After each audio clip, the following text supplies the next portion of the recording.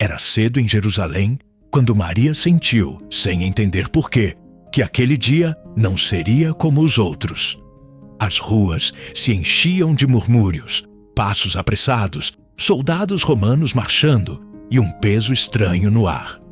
Maria, em sua casa simples, fazia tarefas comuns, tentando acalmar o coração inquieto que batia mais rápido. Ela carregava lembranças do menino que corria pelo chão de terra, agora transformado em um homem perseguido. Naquele dia, a notícia não chegou como um trovão, mas como um sussurro cortante. Jesus havia sido preso. O tempo pareceu parar por um instante, enquanto o nome do filho ecoava na mente dela como um golpe.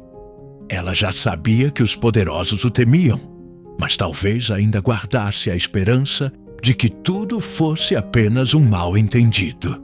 A angústia de uma mãe é uma mistura de fé e desespero, e naquele dia as duas se enfrentavam dentro dela. Logo as ruas começaram a gritar um nome que ela conhecia bem, mas agora em tons de acusação e escárnio. Maria saiu, guiada por esse barulho cruel, como se cada passo fosse um rompimento entre ela e a segurança de antes. Ela não ia atrás de um profeta famoso naquele momento, ia atrás do filho que carregou nos braços por tantos anos. Em meio à confusão, ela começou a ver armaduras romanas, lanças erguidas e um corpo marcado por açoites. O coração de Maria reconheceu aquele corpo ferido antes mesmo que seus olhos aceitassem que era Jesus.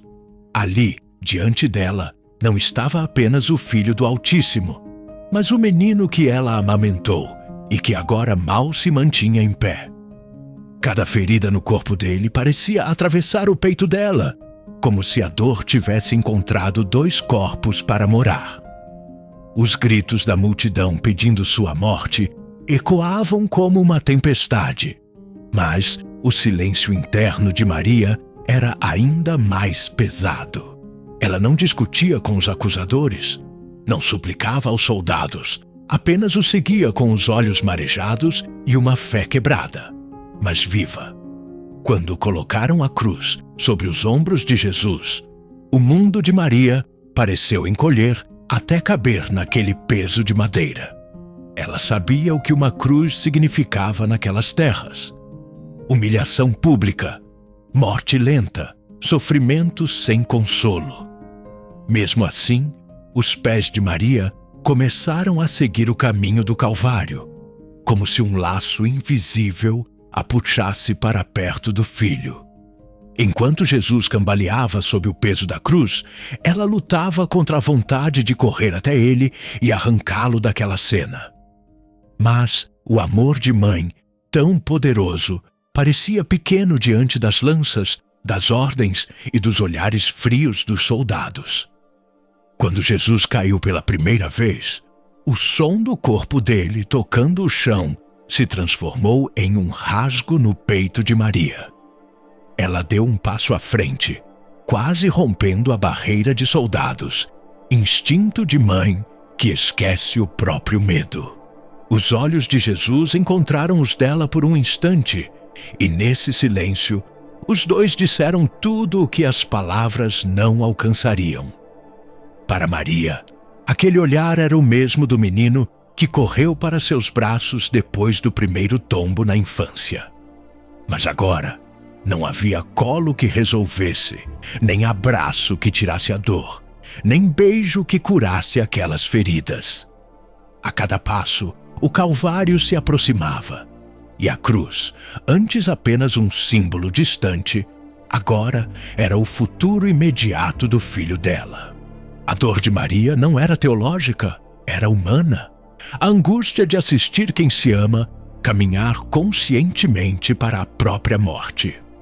Mesmo assim, por trás das lágrimas, havia uma confiança estranha, quase incompreensível, de que aquilo não era o fim absoluto.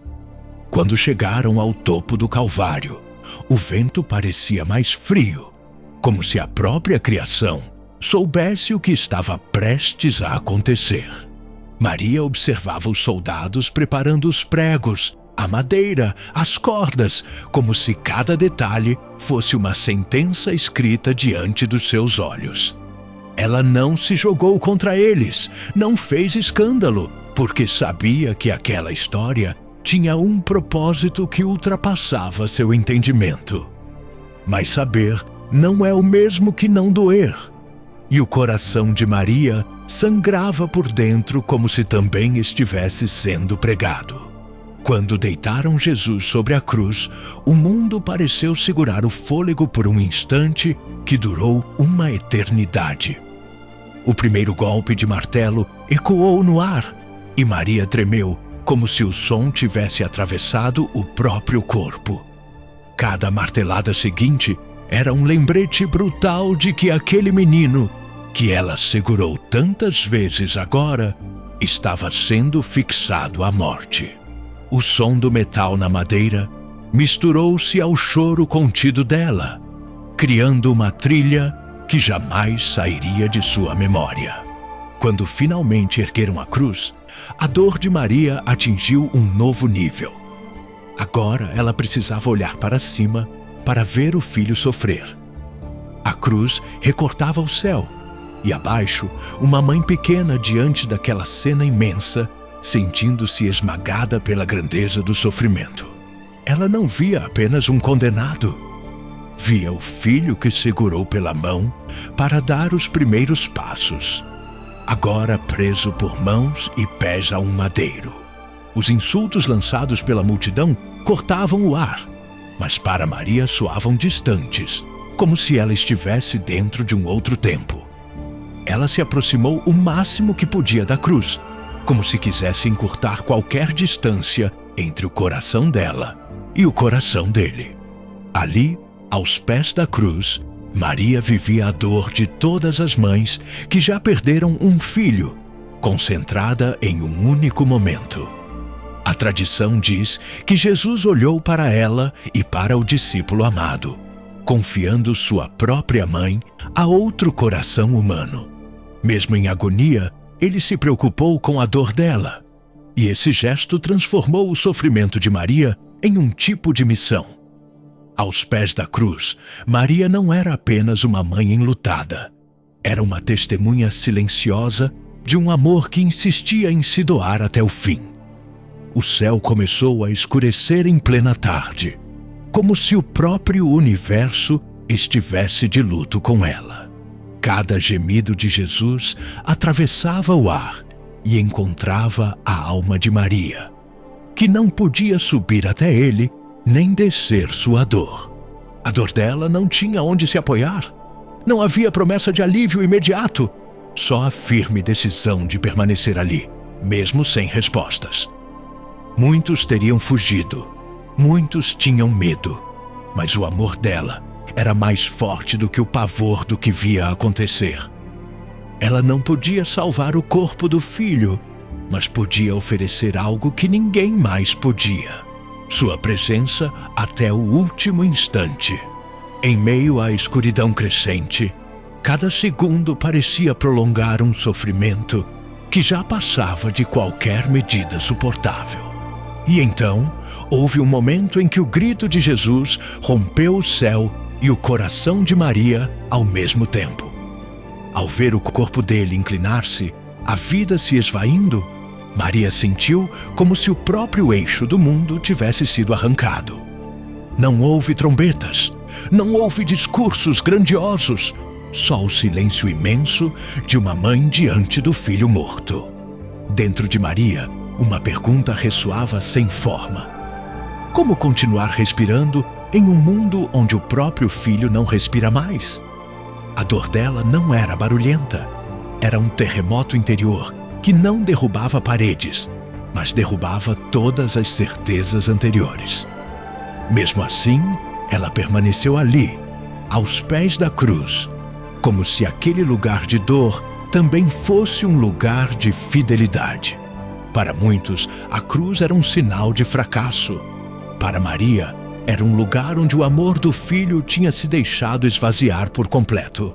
quando decidiram tirar o corpo de Jesus da cruz, o coração de Maria misturou um alívio amargo com um medo novo. Alívio por saber que ele não ficaria exposto à humilhação por mais tempo. Medo de ver de perto o estrago que a crueldade tinha deixado. Quando o corpo desceu, envolto em um pano, o tempo pareceu desacelerar, como se cada gesto fosse sagrado. E então, finalmente, Maria pôde aproximar-se e tocar aquele corpo que um dia carregou pequenino nos braços. Ela passou as mãos com delicadeza pelo rosto dele, como se ainda pudesse aliviar, com carinho, uma dor que já tinha terminado. O silêncio daquele momento guardava um mistério. O corpo estava ali, mas para Maria, algo dizia que a história do filho não acabava naquela pedra. Ela chorava não só pela ausência dele, mas pela ausência de todas as palavras que nunca mais seriam ditas, de todos os gestos que não se repetiriam. No entanto, por trás da dor, havia uma lembrança viva de tudo o que ele tinha dito sobre vida, perdão e um amor que vai além da morte. Cada milagre, cada gesto de compaixão, cada palavra sobre o reino agora ecoava dentro dela como uma promessa ainda não concluída. A dor de Maria não apagava sua fé, mas agora a fé era atravessada por um vazio que ela nunca tinha experimentado. Ela aceitava o que via, mas não compreendia completamente o que aquilo significaria para o mundo dali em diante. O corpo de Jesus foi levado para a tumba, envolto em linho, acompanhado por poucos, em uma procissão silenciosa de amor e impotência. Maria caminhava atrás, cada passo pesado, como se seu próprio coração fosse sendo colocado naquele túmulo. Quando colocaram o corpo lá dentro, a escuridão da tumba parecia uma metáfora da escuridão que ela sentia por dentro. Ainda assim, em meio ao breu, existia uma pequena chama de confiança. Ele tinha falado sobre ressuscitar, e ela guardava essas palavras no íntimo.